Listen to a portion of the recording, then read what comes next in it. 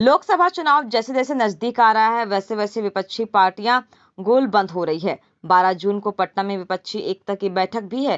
विपक्षी दलों की बैठक तो होगी, पर कोई फलाफल शायद ही निकले। एकता की जरूरत महसूस करने के बावजूद सभी दलों के बीच की खींचतान सबसे बड़ी बाधा बन सकती है। शीट शेयरिंग और पीएम फेस पर सहमति भी बन जाए तो व्यवहार में कोई पीछे हटने को तैयार नहीं होगा। यहीं से एकता मिशन को बड़ा झटका लगना शुरू होगा। एकता का मामला भाजपा शासित राज्यों में तो फंसेगा ही, गैर भाजपा शासित राज्यों में भी विपक्षी एकता फंस जाएगी।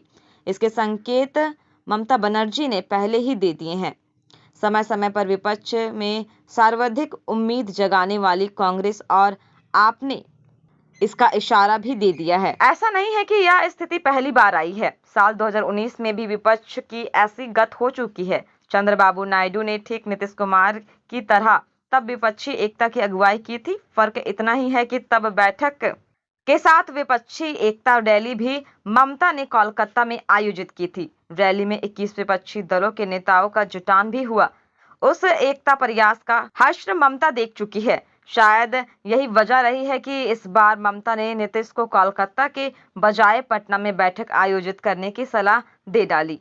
कोई कहे तब भी ममता बंगाल में विपक्षी एकता के नाम पर कुछ भी करने को तैयार नहीं होंगी। इसकी बड़ी वजह है कि वे बंगाल में विरोधी और दिल्ली में दिल्लगी की स्थिति पैदा कर अपने वोटरों में भ्रम पैदा करना नहीं चाहेंगी। ममता बीजेपी को बड़ा दुश्मन अभी मान रही हैं, तो कांग्रेस और वाम दलों को उससे कमतर भी नहीं आंक रही हैं। हाल ही में उन्होंने कांग्रेस के एक विधायक को न सिर्फ अपनी पार्टी में शामिल करा लिया, बल्कि उन्हें स्पेशल कैटेगरी की सुरक्षा भी मुहैया करा दी। मीडिया के लोगों के इस बाबत जानकारी मांगने पर ममता ने कह दिया कि उन्हें तो अखबारों से ही जानकारी मिली है। कांग्रेस के टिकट पर उपचुनाव जीतने वाले विधायक बायरन विश्वास को वाम दलों का भी समर्थन था। टीएमसी की पारंपरिक सीट से पहली बार ममता का उम्मीदवार पराजित हुआ था। इस एक नतीजे ने उन्हें चौंका दिया था कि वो वाम कांग्रेस की साझी ताकत उनके लिए खतरा बन रही है। उन्होंने तत्काल इसकी काट निकाली और बायरन विश्वास को टीएमसी का झंडा थमा दिया। जाहिर है कि कांग्रेस को ममता का यह आचरण अच्छा तो नहीं लगा होगा। कांग्रेस के सीनियर लीडर जयराम रमेश ने शायद इसी वजह से ममता की पार्टी टीएमसी को भाजपा की बी टीम कहा है। जिस सूबे में विपक्षी दलों के बीच इतनी तानातनी हो, वहां कैसे एकता की उम्मीद की जा सकती है।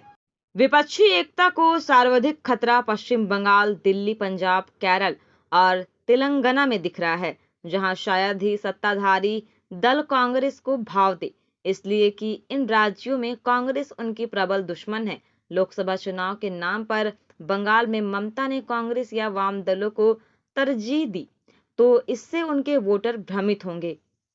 ममता ऐसा कभी नहीं चाहेंगी। वाम दलों को परास्त कर ही ममता सत्ता में आई थी और लगातार तीसरी बार टीएमसी की सरकार बनी। ममता बनर्जी के सामने बीजेपी नए दुश्मन के तौर पर उभरी है। यह अलग बात है कि तमाम कोशिशों के बावजूद बीजेपी बंगाल में सरकार बनाने के आंकड़े से पीछे छूट गई, लेकिन उसकी बड़ी सीटों ने ममता की परेशानी जरूर बढ़ा दी है। पिछले लोकसभा चुनाव में ममता को 22 सीटों पर जीत मिली थी। बीजेपी के खाते में 18 सीट गई थी। यानी बीजेपी से निपटना ममता बनर्जी के लिए फिलहाल वक्त सबसे बड़ी चुनौती है। ऐसे में वे कांग्रेस और वाम दलों को साथ लेती है तो उन्हें अपनी जीती सीटें भले ना छोड़नी पड़े, लेकिन उनके उभार की संभावना तो बनेगी ही। ममता को यही पसंद नहीं है। विपक्षी एकता को दूसरा खतरा बिहार, झारखंड और तमिलनाडु जैसे राज्यों में भी है, जहां कांग्रेस सत्ता में साझेदार है। एकता धर्म के निर्वहन के लिए कोई भी बड़ी पार्टी कांग्रेस के लिए कुर्बानी देने को शायद ही तैयार हो। झारखंड की बात करें तो लोकसभा की कुल 14 सीटों में एक कांग्रेस के पास है तो एक जेएमएम के पास।